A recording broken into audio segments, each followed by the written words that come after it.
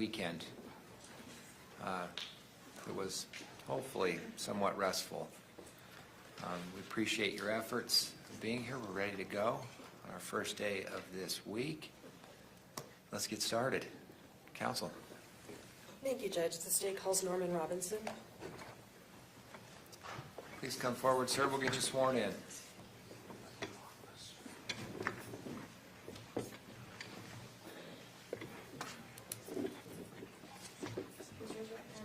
You do solemnly swear the testimony you shall give in the case now before the court will be the truth, the whole truth, and nothing but the truth, so help you God. Thank you. Come on up and have a seat. May I rearrange your podium, Judge? Yes, please. Okay. If you can keep that mic in front of you at all times, that will help us make a good record and we'll all be able to hear. We appreciate you being here. Yes, sir. Ms. Thomas. Thank you, Judge. Good morning. Would you tell us your name, please? It's Officer Norman Robinson, How do you spell your last name? Robinson. And it's probably fairly evident to the jury what your occupation is, but I will ask you for the record to tell us that. I am a police officer for the Lone Peak Police Department. Excuse me. Okay. How long have you been with Lone Peak? 23 months. And what is the jurisdiction of Lone Peak Police Department? Lone Peak Police Department covers Alpine City and Highland cities. 23 months. Were you involved in law enforcement before that? No, ma'am. What do you do to become a police officer? Well, in my case, I sold my company, decided to make a life change to serve my community. Lost 100 pounds, started working out, went to school, went to the academy, 9 months of the academy. And in the academy, we have to pass with 80% or higher, and so I was the real-life rookie, so to speak, at 46 years old going through the academy. So. You mentioned the academy. What is the academy? It's post-training. It's academics, it's defensive tactics, it's firearms, it's everything you need to know to qualify to become a police officer. And is there a certification associated when you complete that? There is. It's the LEO certification. LEO meaning law enforcement officer. Yes, ma'am. And is that required to be a law officer in It is. Utah? Are there any requirements to continue that certification? Yes, there's 40 hours a year required training through post that you have to do every single year. Yeah. And post stands for what? Okay. Sorry. Police officer I'm super standards and nervous. training? Yes, yes. I know that's leading. It's a completely different career than what I had before, so Okay, and so when you first joined a law enforcement agency, which you did just under 2 years ago, is there a period of training that's associated with that? yes, there's on-the-job training that they do for 12 weeks. Okay, It's called FTO training. and what is associated with that? It's on-the-job training, so you ride with an officer and you just slowly increase your responsibilities as you become proficient with each call. Had you completed your on-the-job training at the time of this incident in August 2024? I did in July, So just before? just before. Okay. And so let's turn to that night. Were you on duty on August 12th, 2024? Yes, ma'am. What happens? What does being on duty entail? We receive calls from dispatch through our mobile CAD system, and we just answer calls for the general public for whatever needs arise. And are you driving around or hanging out at the police station, or what do you do? Generally, we are driving around patrolling, being visible for our community members to see us out and about. Do you have a partner with you in the vehicle or not? No, once you are off FTO, you're on your own. Okay. So you said you were on duty on August 12th. What first came to your attention that brought you into this case? It came out as a medical call. We respond usually with medical in case the patients need some restraining or if they have any issues. Oftentimes we respond because we are in smaller vehicles, faster vehicles, and we can get there first, and we're first aid certified to be able to respond and handle acute issues. Were you designated specifically to respond to this call, or was somebody else? Officer Jorgensson was the initial officer. I went to assist. So when you receive a dispatch, do they specify a particular officer? Generally, they'll call a specific officer and assign it to them. All right, and then why did you assist? It came out as a medical, and just the call details, it sounded pretty serious, and so we usually just try and get there as quick as we can to help. What were the call details that sounded serious? That she was just labored breathing, sounded like she was drowning, basically like a full arrest type situation. All right, so you proceeded to the location.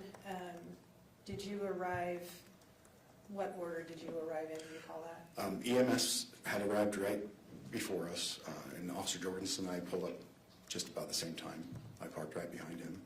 And by EMS, you're talking about emergency medical services? Yes, ma'am. Paramedics, fire department. All right, let me show you Exhibit 26. It's already been admitted. And these take a minute to warm up, so just give it a second while it blinks on and off.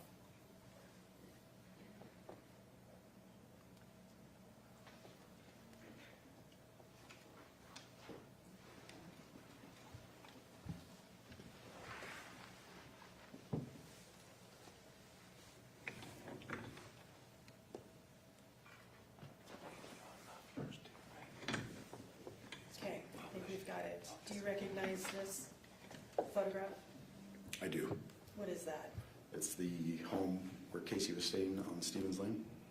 And that is where you responded on August 12, 2024. Yes, ma'am. What time of day did you respond? It was in the evening. It was dark, probably around 2100 hours. 2100 being 9 p.m. That went away. No, not yet. When you pulled up, you see a sort of a half circle drive in front of the house. Yes, ma'am. Were there any vehicles parked on that half circle? It was dark, and I'm unaware if there were any vehicles parked there. All The right. lights were flashing, and so You don't remember one way or the other right now? I don't. My focus was getting into the home to help with the patients. Okay. Where did you and Officer Jorgensson pull up? There is a field to the east of the home, and we parked right in front of the field. And to the east would be to the right-hand side of this photograph? Correct. And where was the EMS vehicle, the ambulance? So where we parked is the field, and then the driveway, there's a long driveway that goes on the side of the home. They pulled up just past that driveway so they could back in an ambulance into that driveway. All right, so when you arrived, EMS was on the street? Yes. All right. Did you see any other vehicles or people coming or going from the house? I did not. I saw several sets of headlights, but again, it was dark, lights were flashing, and my focus was to get to the patient to help. Where did you go? You can turn it on. Thank you. So along the long driveway is the attached garages, and in the first garage, set of the large doors, just inside the garage is a set of stairs that go directly to the basement. And is that where you went? It is. I followed a paramedic carrying some supplies. He was carrying some supplies, and I was following right behind him. And do you recall where Officer Jorgensson was? Is he ahead of you or behind you or something I else? don't recall at that point. All right. So you followed EMS into the house. Where did you go? I continued to follow them through a kitchen area, a small living area. To the left is a hallway. Directly at the end of the hallway was a small bedroom. And Let me stop you for just a minute. Was this on the main level of the house? no, ma'am, that was down in the basement. All right, so you went into the basement, and then you described a kitchen area, a small family room area, and a hallway. Correct. And then what did you see? I saw 4 to 5 paramedics, EMS, working on Kacee on the bed. It was kind of a small room, so I stood in the doorway, just kind of to be there for a pass-off if they needed help with CPR or anything like that. Okay, what does it pass off? So as they initiate CPR, it's quite strenuous on the body for people to do, and so we trade off to make sure that the compressions are correct and nobody gets exhausted during that time, so the patient's getting full care. Okay, did you need to participate in CPR at all? I did not. Okay.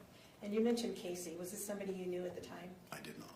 And so that is a name that you came to know later on down the road? Correct. Okay. What was her status as far as you could tell when you first looked into the room? It was pretty grave. She was breathing very, very hard, gurgling. It was, as a new officer, being exposed to that, it was a sight. It was extraordinarily violent breathing, in my opinion. And did you note or notice anything particular in the room as you were watching the EMTs do what they needed to do? They were just fervently working on her to the head of the bed by the, there was a lazy boy to the head of the bed where Kacee's head was. I remember one of the EMTs pointing to a syringe on the floor, asking if she was diabetic. I was unaware at that point if she was or not. And he lifted that up, put it on the nightstand so they wouldn't step on it because it's a tiny room and it was quite crowded with 5 to 6 grown men in there. So. Let me show you in exhibit, it's 164.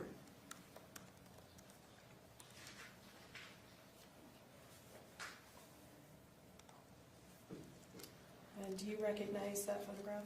Yes, ma'am, that's the syringe the fireman placed on the nightstand there. Where is the nightstand in conjunction with the bedside, sorry, the recliner that you mentioned and the bed? So you have the recliner is against the corner, in the corner of the wall, the bed is on the wall, and the nightstand is just would be to the right of the recliner. Okay. As you enter the room, it would be on your left side. Okay, gotcha. All right.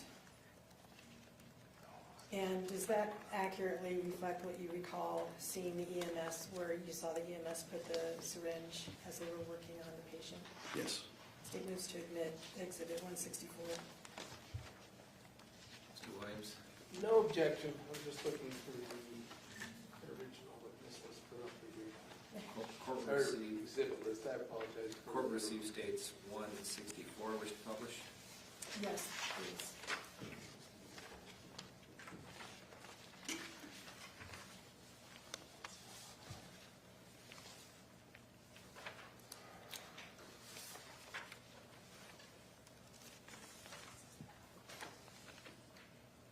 All right. How long were you there, standing in the doorway before EMS completed what they needed to do? I went back and forth down the hallway, keeping the hallway clear for them, so if they needed to go in and out for medical supplies, also to ensure some privacy for the patient because they did have to cut her shirt open. All right. And how long before they, well, what did they ultimately do with the patient, with Kacee? I believe it was 10 to 15 minutes of patient care on scene. They ended up transporting to the hospital. What did you do after the EMS left with the patient? Officer Jorgensson and I, he collected a statement and I assisted where he was the initiating officer. I just assisted where he directed me. They started to look for medications, anything that could help the hospital with patient care. So medication bottles, things like that. What did you observe in the room in that regard? There was an enormous amount of medication bottles. Were those collected? The empty narcotic bottles were collected, I believe. All right. And did you yourself do any searching of the room at that time? Her uncle stated that if she had any last will or testament or DNR sort of document, it would be in a blue case in the closet. So I was directed to bring that down and to shuffle through there to see if there was any documents like that. Did you locate a blue box or case in the closet? I did. Directly, as you come into the room, directly to the right, there was a closet with some bifold doors, or a door. I located the blue box, pulled it down and set it on the bed, opened it, and started to shuffle through. A lot of documents were in there. So. Did you find anything that you were, interested in as far as you were looking for that night? I could not locate any specific DNR paperwork. There was a single envelope with a name on it that I thought was interesting or suspicious, so yeah. Why did you think it was interesting? I had the task, Officer Jorgensson gave me the task of calling Kacee's sister to find out who was in the residence with her earlier, and that person's name was on the envelope. So. Okay. And would that person's name be Meggan Sundwall? Yes, ma'am. What did you do with the envelope? I put it back in the box. Did you open the envelope? No, ma'am. You said you were looking for DNRs or anything of that nature. Did you find any such thing in the box? No, ma'am. In your training and experience in law enforcement, have you come across people that had DNRs? Yes. And what was your experience with how they are stored or located? Generally, DNRs are located somewhere very visible for EMS to see, generally on a fridge, magneted to a fridge, or on a nightstand near the patient. So there was nothing in the room. All right. Did you happen to notice whether there was a box or a basket of snacks in the room? No, ma'am, I didn't notice that.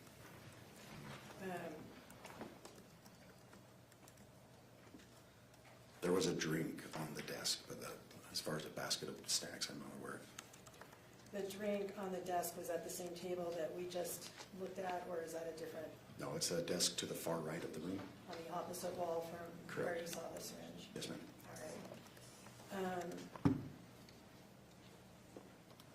Did anybody wait or speak to EMS that you noticed that had been present at the time of this medical emergency? No, ma'am. I was told by her uncle that there were some people in the room with her while the event was going on. Just through the chaos of the scene, the EMS stated to me that there were 2 vehicles in front of them when they pulled up. So that was the only people that I knew of that were there that were not present at the time, though. In your training and experience as a law enforcement officer, is it typical for people to leave the scene when a medical emergency is happening? No, not at all. Why is that important? Well, even just out of morbid curiosity, people tend to flock to emergency vehicles and to watch what's going on. And so I, as a new officer and just as a layperson, was a little astounded that somebody left the scene while this was all going on. All right. Is it important to EMS, as far as you're aware, to know what had happened to a patient that brought them there? Absolutely. EMS needs to know the lead up to the event so they can treat the patient properly.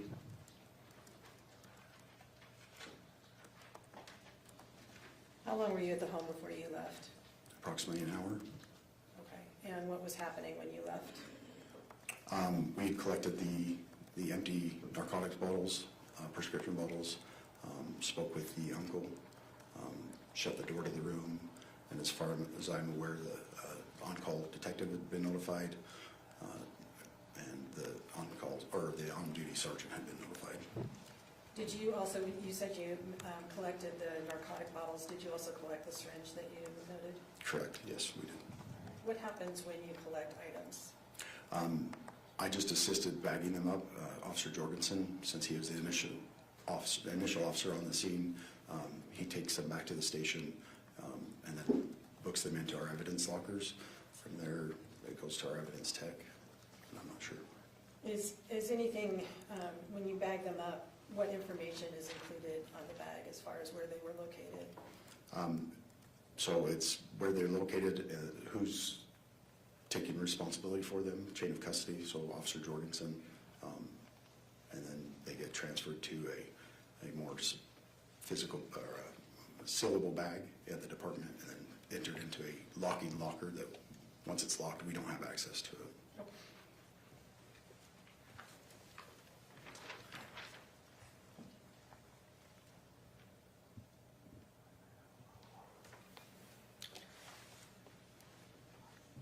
Officer, in your training and admittedly fairly limited experience, have you responded to other medical emergencies or situations? Often.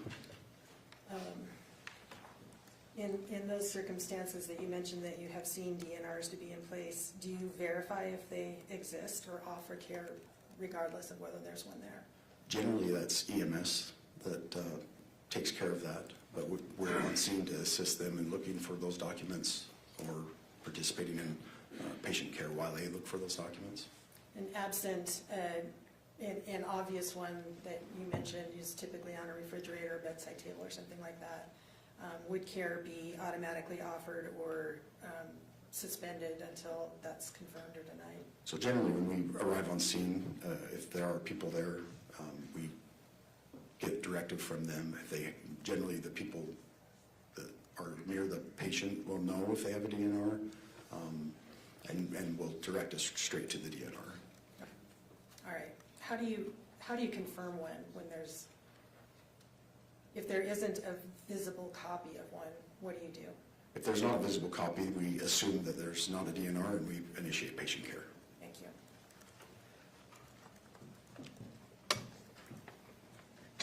Mr. Williams. Morning, Officer Jorgensson. Officer Robinson. We're going to talk about Jorgensson, sorry. But let's just be clear it's the names, because when I screw them up, you can correct me. 3 officers from your department ended up there on the scene, essentially working together to do whatever you thought was appropriate on the scene, right? Correct. Okay. And Jorgensson was the agent at that time, the case agent, right? The initial officer, yes. So he's sort of in charge, if you will. Correct. And then there was a Osborne, right? Correct. And then there was yourself. Correct. And you arrived first, even though it was Jorgensson's. We arrived at the same time. About at the same time? Okay. I pulled up directly behind him as we. And at this point, you've been 5 months out of training, right? You've been 5 months out of FTO? FTO. No, I was a month out of FTO. Oh, 1 month. Yes. 5 months out as an officer. Yes. So you've been... 4 months on as an officer. You've never responded to seeing anything like this in your police career at that point, right? Not in my police career, no sir. I was a CNA when I was younger, worked in nursing homes, things like that. But I mean, in a law No, enforcement not in perspective. law enforcement. Because we're going to talk a few things, and I kind of want to actually give you an out right up front. You were new, Yes. right? So what I'd actually like to quickly do here is, let me set this up in a bit. You're issued body-worn cameras, right? Correct. Body-worn cameras in your department are worn on the shoulder, and other than that, obviously, the body-worn camera is to pick up whatever you can that you're looking and seeing at as you undertook this nearly an hour activity, correct? Correct. It's a absolute requirement of policies and procedures that you initiate your body camera under these circumstances, agreed? Agreed. So you did, right? Yes, sir. And then you turn off your body camera at the end of this activity. In other words, when you're going to leave the residence, is that when you decided it was, Yes. you could turn it off? You were also issued telephones, right? Correct. And those are telephones you could take evidence with, correct? Correct. For instance, photographs. Yes. We're going to get to all that in a minute because I know that you know what's coming. That even though you followed your body cam policy, created an entire body cam that we could review and see exactly what you did, it got destroyed before this trial, right? Yes. As a matter of fact, and you didn't destroy it, right? No. What you did is you logged it, you uploaded it to something because that's what body cam footage is supposed to be done with, right? Correct. Now, when you uploaded the body cam video, it sounds like we've uncovered the fact that you uploaded it with the wrong tag. Is that right? No, sir. So when you uploaded it in the manner that you would expect to go into evidence to be used for a criminal case, right? No, sir. At that time, it was a medical call.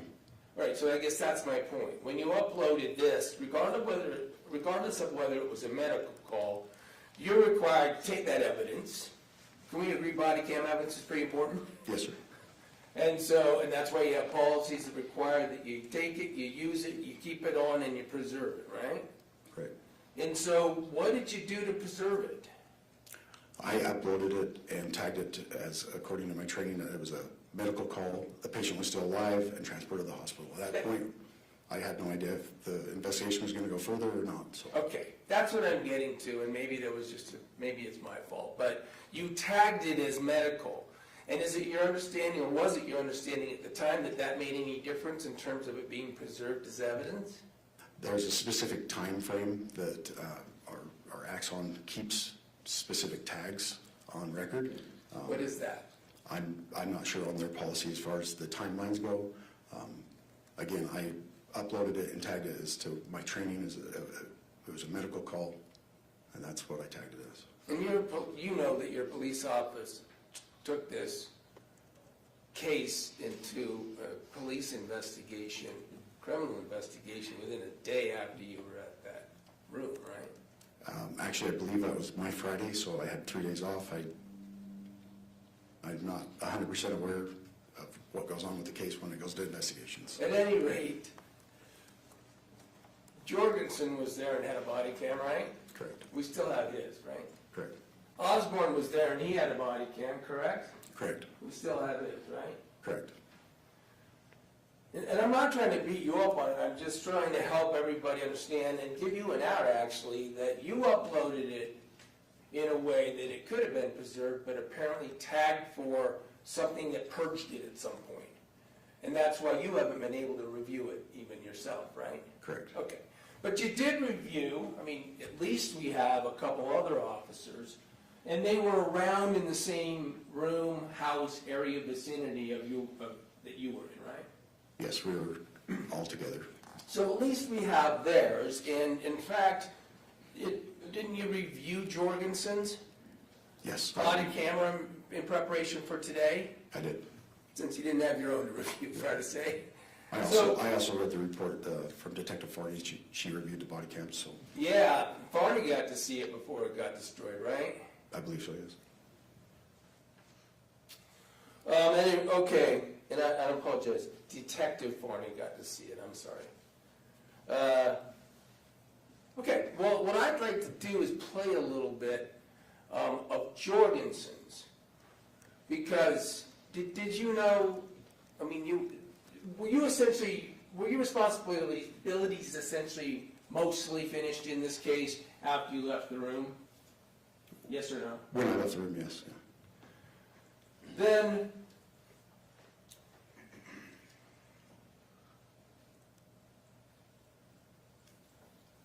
so you're not aware, you were certainly never asked to take photographs of the scene, the room, and things like that, right? Officer Jorgensson asked Officer Osborne to do that. Okay, so that's enough. So Jorgensson did not ask you to take pictures of the scene.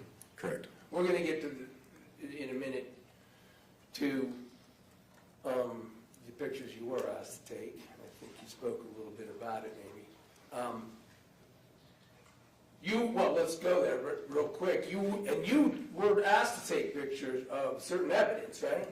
No, I took one picture of the whole scene.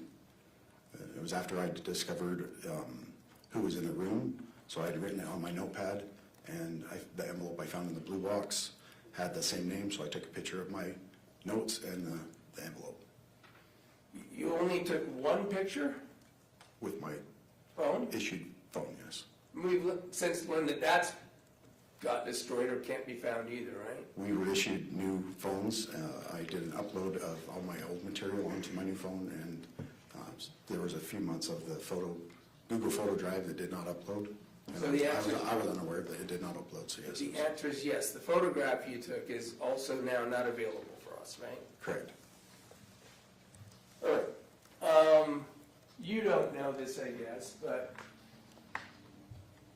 the only information we have about what this house looks like in the basement is a drawing that a witness unfortunately had to do on an iPad. I'm going to show some of Jorgensen's camera so the jury can see right there on the camera what the house looks like, what the basement looks like, what the hallway looks like.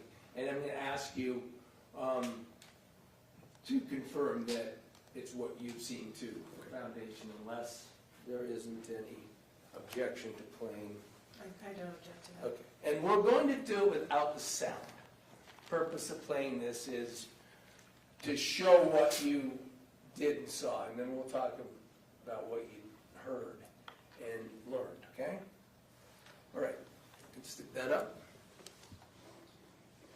I'm not seeking to mark this.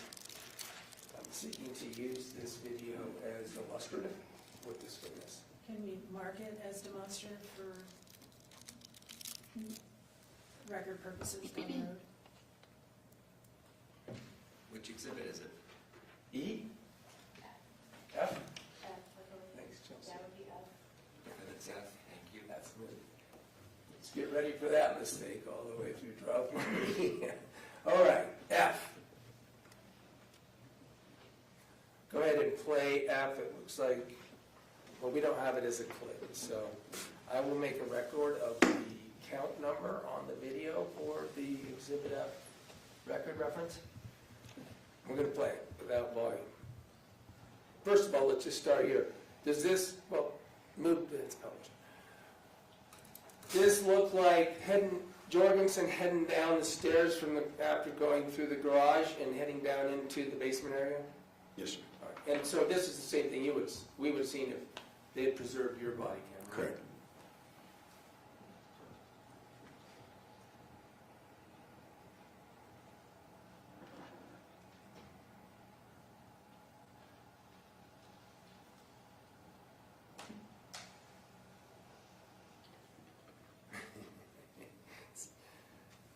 All right. Why don't we pause it there? That's Mark, the owner of the house, walking past the front of Jorgensen's camera, right? No, sir, that's Mark, the uncle, the owner of the house. I believe they're her grandparents. All right, let's call him Mark the uncle. So that's Mark the uncle that you spoke to and got a lot of information from, right? Yes, All right. Because, look, while we're on it, when you spoke to Mark, much of the time Jorgensen and Osborne, you were outside their presence, right? yes, Yeah, you were in this area speaking to Mark a lot of this hour, right? In this area that's on the screen, the downstairs den area. And the kitchen. I was back and forth to the room and out to the living room. But that's the point is that everything Mark told you would have been preserved on a body camera we don't have now, right? Correct, he was, Okay, that's all. All right, go ahead.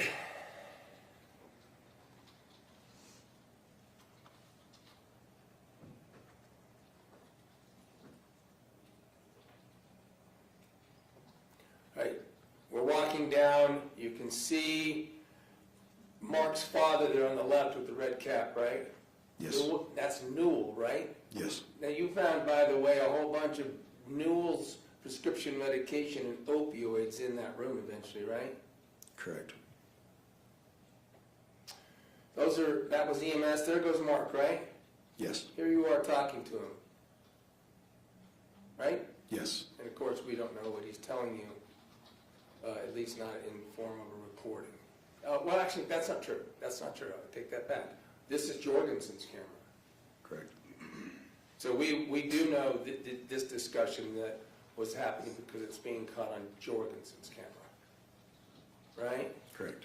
Now, during this discussion, Mark is giving the information about, he's already talked to Kylie, who has stated that she thinks Meggan was involved in poisoning her sister, right? Correct. We already, and Mark has already said, so we don't know if it's some suicide or assisted suicide or is she murdering, and all of these theories and suspicions have been told now, are being told to you by Mark, right? Yes, All exactly. right. So I want to be clear that at this point in time, there's reason to believe it's not just medical, there might be police work to do, right?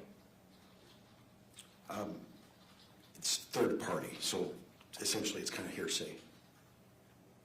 Well, sure, you begin investigations on hearsay all the time, right? Yes, I mean, detectives, I'll back off the subject. Here's the EMT talking to you about what's going to happen. Mark needs to go move his truck because the ambulance, they're going to take him up that stairs he just pointed at, right? yes. All right.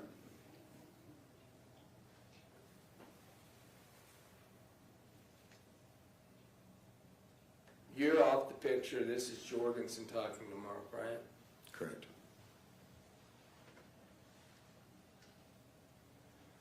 Remember that's Mark looking to get a phone number? Yes, At the time that you were there, a call to Kylie had happened, right? correct. So Kylie's suspicions and Kylie's position was being made, and you were privy to it, right? Correct. And by the way, that was that Meggan poisoned my sister, right? I don't recall if she used those words. Did you know at this time that you just talked about calling to leave the scene of medical? Did you know that they'd been ordered out and that they were going to call the police if Meggan and her father and her mother didn't go? You didn't know at that time that Kylie had said that to them? I was not aware that they were ordered out of the home. And when owner of a home orders you out, you have to go, right? You should. Because, well, it'd be illegal. It'd be trespassing if Yes, you you go. could be trespassed. And that's more than just a trespassing in the park. That's a Class B misdemeanor trespass, isn't it? Objection to the legal conclusion. Is trespassing a crime? Yes, it can be. Usually it's a warning first to leave the property. I'm not asking you how you do it. Is trespassing a crime? Yes. Here we are now seeing at, I'll make a quick record, 3:49 on body camera time at the bottom left. Maybe I better make this record. I don't want the jury, help the jury understand. If we could, up in the upper right, there's a time count too, right? Upper right of the video. You guys have a time counter? Yes, sorry. And then- time's up. that's all right. And then the bottom left is a time counter. It says 4:08 right now, for instance. That's how long the body cam has been on. Okay, so one is the measure of the length of the recording, right? Correct. And the other is supposed to be the date and time you're there. Correct. Now, sometimes those date and times aren't accurate, right? Yeah. All right, go ahead.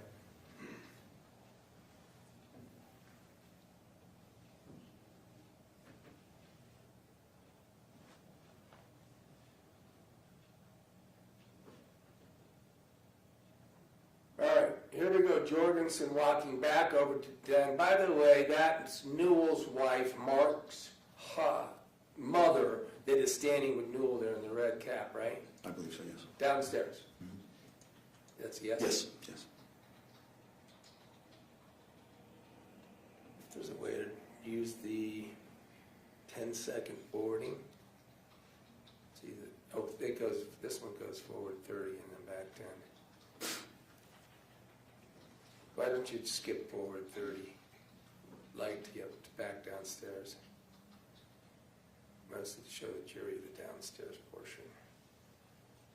You can go another 30 if you want.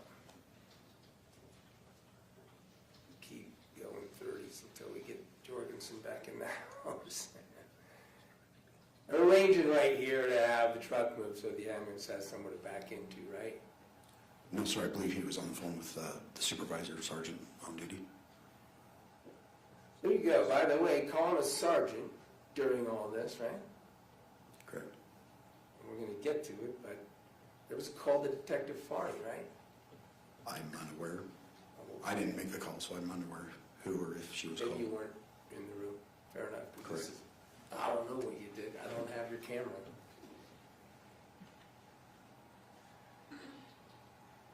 There you are. Right? Yes, keeping the hallway clear. This is one interesting situation where you get to see yourself rather than us getting to see what you did. Go another 30 and see if we're going down the hall.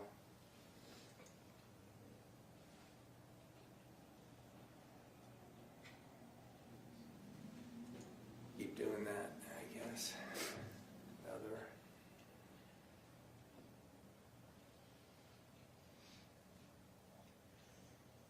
We might need these Osborns. Okay, back another 10 or so we can see him walk down the hall maybe. Sorry, Marissa. Let's see what happens here as Jorgensson. So we can see what, I want to be able to see what this house looks like. Okay, now we're going to, there's a hall down in the room at the end of which the patient is, right? Correct. That we know is a deceased. So here's EMTs, 5 of them are in there, right? I believe so. That's Osborne on the left. Yes.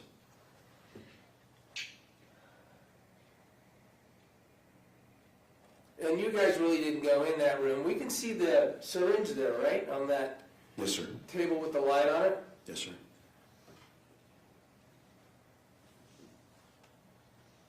Get a little bit of the room. You guys don't go in there because you don't want to interfere with EMT work, right? Correct. By the way, the EMTs never asked or any question to you about a DNR. Correct. Generally, they're That's all visible. I have is we're going to move quicker. Back out to the den. All right, let's see if we can forward even dragging, if you'd like, Marissa, to once the EMTs leave. I have my timestamp transcript too.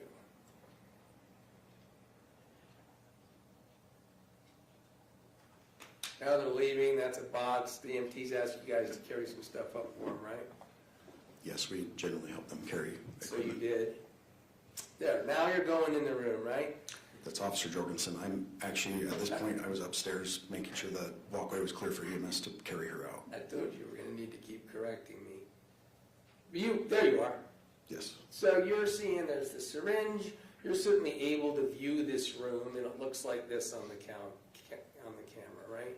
Yes. Same thing we would have seen if we had seen your body camera. There's the closet, by the way.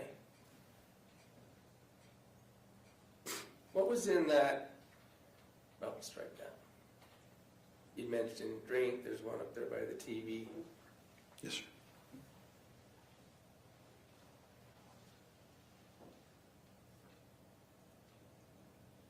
That's the bag you're putting the syringe in, right? Her phone, I believe. Oh, that's your phone. You gave that phone back to Mark, right? I believe Officer Jorgensson did. There's some clothes. You understood those to be clothes that Kacee Terry had been wearing, right? Yes, they were cut off her body. And it was basically sweats, right? I believe it was like a tank top. That green one. Yes. But over that, she was wearing sweats. You don't know. Yeah, I can't recall. Fair enough. And then, go ahead.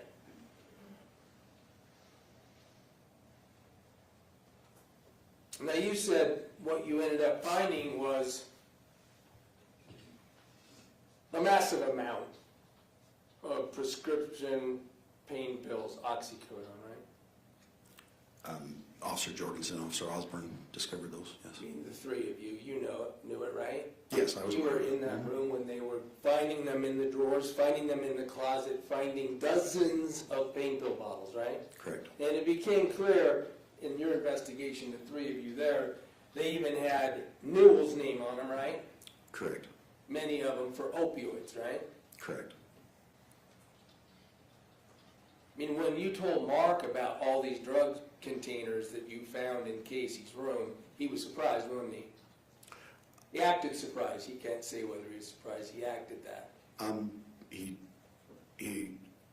I recall him saying that she was suffering from some ailments and that she was taking care of mules medications, so. Taking care of them, all right. Having them in a room in empty bottles. Those bottles were empty, right? Almost all of them. The majority of them were empty.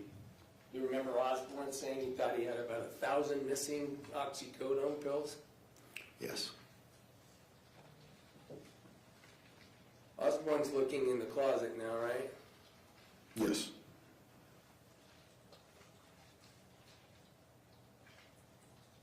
I don't know exactly where the turquoise box starts. Sorry, so.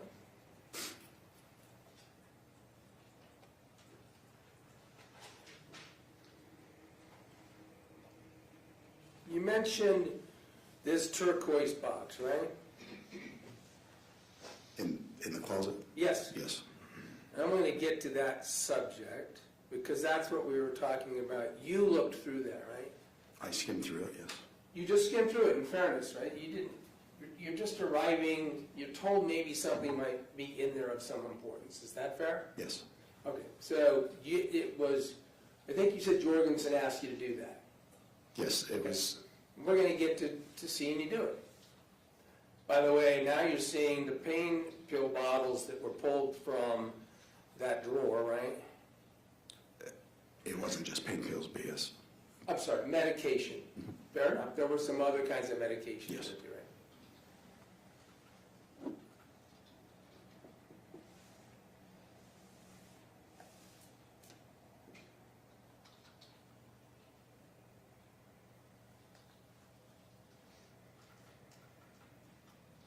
That's Osborne moving a treadmill so he could, that was blocking access to this particular closet at the time, right? Correct.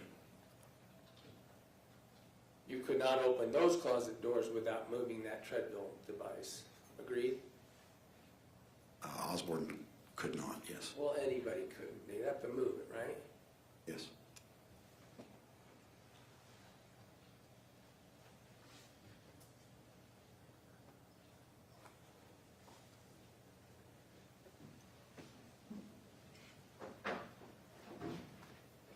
This is Osborne going through the closet, right?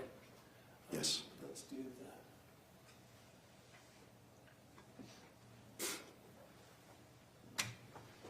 We can go back there. Is it still?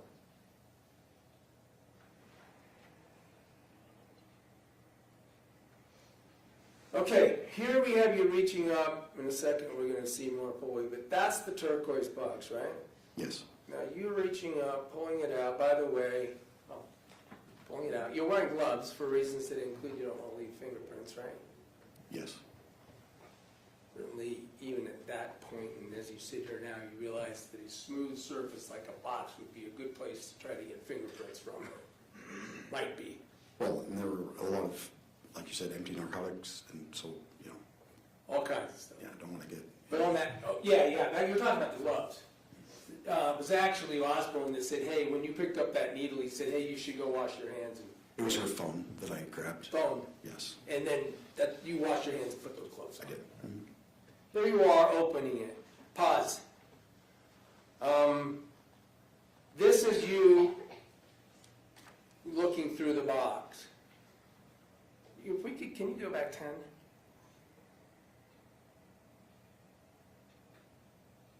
Now, did you know, or have you learned, that Meggan Sundwall had been told by Kacee that there were things for her in this box? Objection, that's hearsay on a whole different level. I can ask him if he knows. It's not going for the truth of the matter, sir. It's going for the involvement of the officer. Overruled. At this time, you didn't know, but as you're investigating, you're talking, I'm just asking if you learned that there was a claim that there were things for Meggan in the box. Let me just ask that. There were a lot of excited utterances going on as far as her name and things, but nothing specifically about that box. I mean, we're gonna It get, was correlated about Meggan, to me. I interrupted you, I'm sorry. Okay, let's play it. So, we can see in that box, there's, now that's not you looking in there. That manila folder, that's not you looking in it, right? No, that's Officer Jorgensson. As of this day, you don't know what was in that manila folder, right? Correct. You're, looks like cursorily going through some things, looking at things, poking in, you didn't pull. Gonna get to the letter. You're pulling out some documents. Now, of course, at this time, I mean, you don't really have any specific consent to search those items, right? Her Uncle Mark gave us consent to look in the box for a DNR, just for patient care. So they, Matter of fact, okay, in fairness, then Uncle Mark had told you could do anything you wanted in that house and look anywhere and search, right? to me specifically, he said I could look in the box for a DNR. But you knew that he had given consent to the three of you to do what you needed to do and look where you needed to look. Is that fair? In that house? To me, he specifically was the box. And then I went off of the initial officer, what he directed as well, so. Yeah.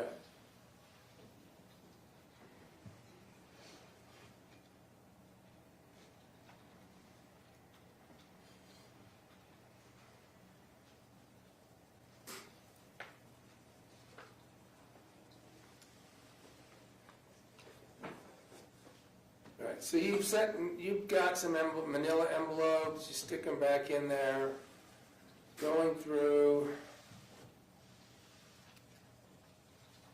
looking at papers. So that's obviously Jorgensson standing there recording it, so he's looking at them too. Thumbing through some letters, it appears to, notes, maybe cards. Is that what you saw in there? Yes, there was a lot of miscellaneous papers, so we were looking for a specific medical document. All right. That's all you were looking for? Yes.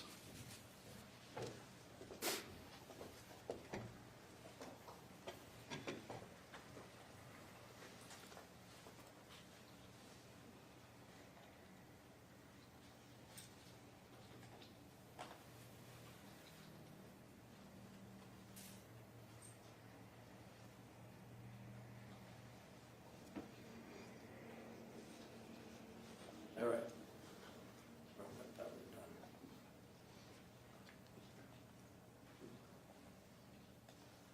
There's a folder with some papers. You didn't pull those out of the blue folder, right? I believe it was empty. Can you go back 10 seconds?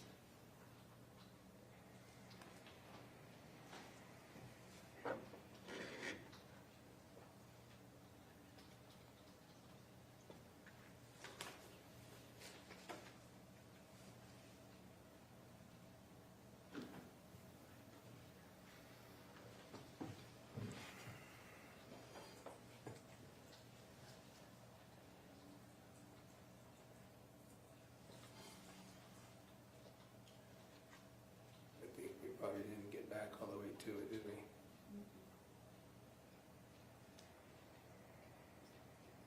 A couple 10s back and out to 64. That's right where you put the folder back. There it is. Now, blue folder. Go. But there's white on the inside. You're saying there was nothing in there? I don't recall. Okay, fair enough. Yeah, This helps. It's been a while. correct, and as quickly as I opened and closed it, I would assume that it's because it was empty. Or there was just one paper in there that definitely Well, wasn't a DNR. You didn't go through everything in here, in fairness. You didn't go through to see really what was going on. You were looking for a DNR. Correct, I was skimming through for a DNR. And so you don't know what else might have been in there in the way of letters, who they might be to, or anything like that, right? Correct. All right. But something came to light. Can we get to it? You said a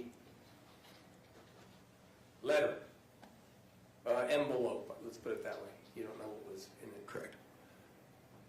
But it said Meggan Sundwall on it, right? I don't recall the name, but it had just this one name on it. I think that you already testified that it was the fact that it did say it was Meggan Sundwall, and that caused you to say, do you want me to run this name, because you recognized it as a name that Kylie had already given. Correct, it matched my notes that I talked to Kyle. Okay. So, yeah. Just Sorry. establishing, is that it, right there on the bed? Yes, sir. All right, so there's the letter, a letter that says Meggan, an envelope that says Meggan Sundwall on it. You check, you find out that's a name of interest, right? It was the name of the person that was in the room with her while the event was going on. So it was interesting. Correct. So it was a name of interest, right? Correct. All right, so you actually asked Jorgensson if he wanted you to run this name through databases, right? Correct. Now, he said no, right? I don't recall. You never did it. Yeah, And you don't know what was in that envelope, do you? I don't.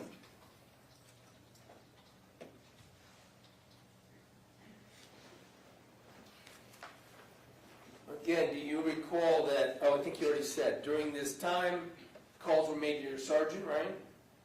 Officer Jorgensson, yes, was in contact with Sergeant. And a call made to Detective Farney. I'm unaware of who called Detective Farney or if she was called at that time. You weren't in the room? I wasn't privy to that, no.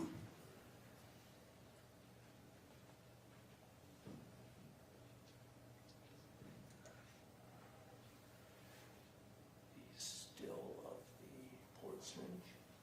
Well, do you want to show the leading? Let's go to the very end. When you walked out with Jorgensson, right? Correct. The last thing that you ever said to Mark and whoever else was present who could hear is, don't let anyone go in that room, right? Correct. Lastly, I just want to show you a still photo, off of a body camera.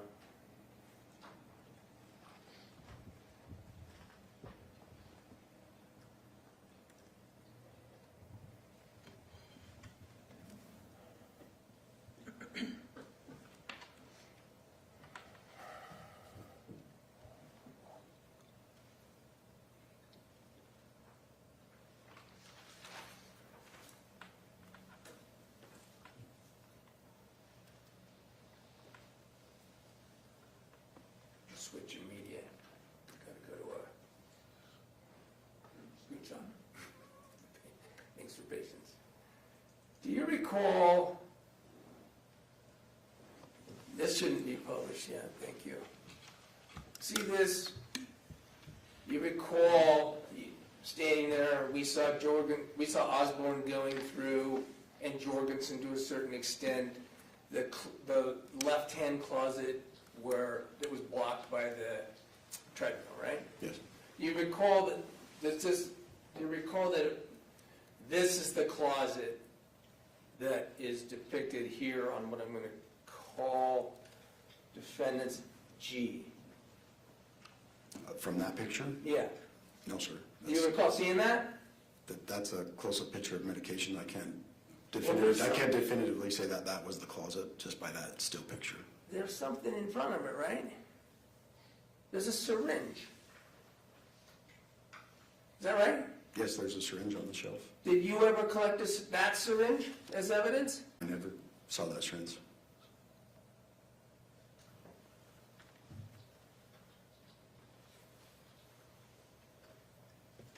Do you know where that is in time on the video? We'll do it with Detective Farney. Thank you, that's all I have. Any regret? Sue would move to admit that in Defense Exhibit F, The video. the video.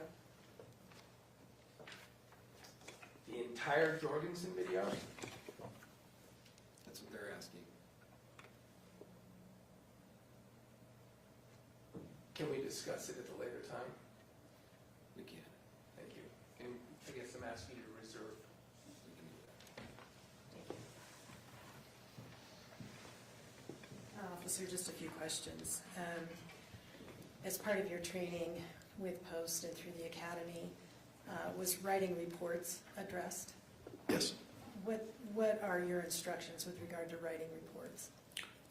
Basically, it's who, what, where, why, when type of situation. Is it important to note down what you noted about any particular scene? Yes. In that video, we saw you holding a little small notebook. What is the purpose of that notebook? It was just to take name and phone number down, or just a name, just any notes that can go to later. All right, and did you write a report in this particular case? I did. Did that accurately reflect your recollection of your conversations and what you did and what you saw? I wrote a general report for a medical call because I didn't know. It was, again, it was a lot of hearsay, like a third party, so I didn't know.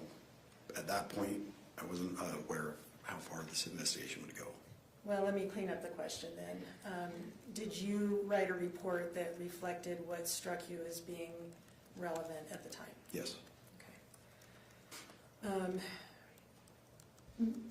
What did Mark tell you that evening?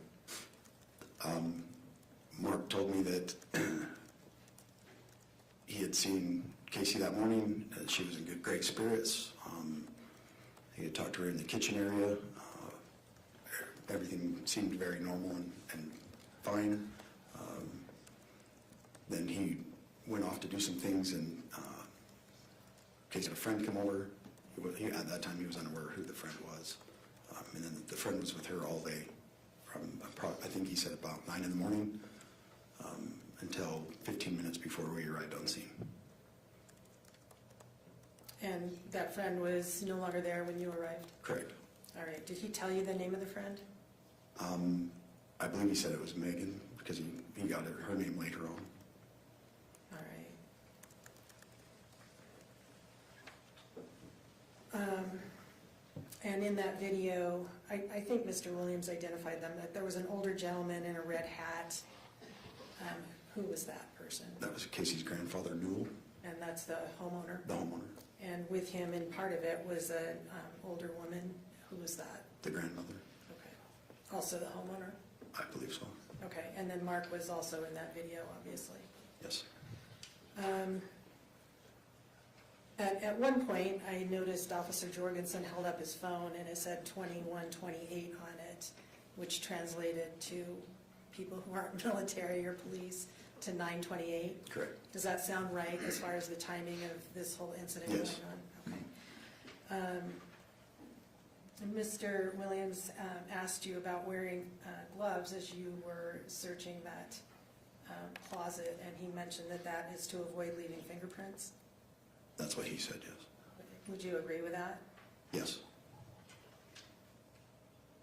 Did the EMTs also wear gloves? Yes, they come in wearing gloves. And in your experience with law enforcement, who else wears gloves typically when interacting with patients? Any medical personnel? You were on that video, obviously looking through that box. What specifically were you looking for? Mark instructed that if Kacee did have a DNR, it would more than likely be in that box. That was where her important papers were to Kacee. Okay, and you did not find a DNR? No, ma'am. Did you find a DNR anywhere in the room? No, ma'am. And in that video, it panned around a few times. Did you note any basket or box of snacks, treats, goodies? I did not see one.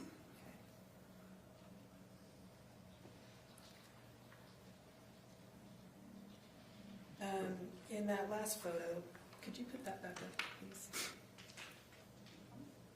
The last photo that you used, Exhibit G.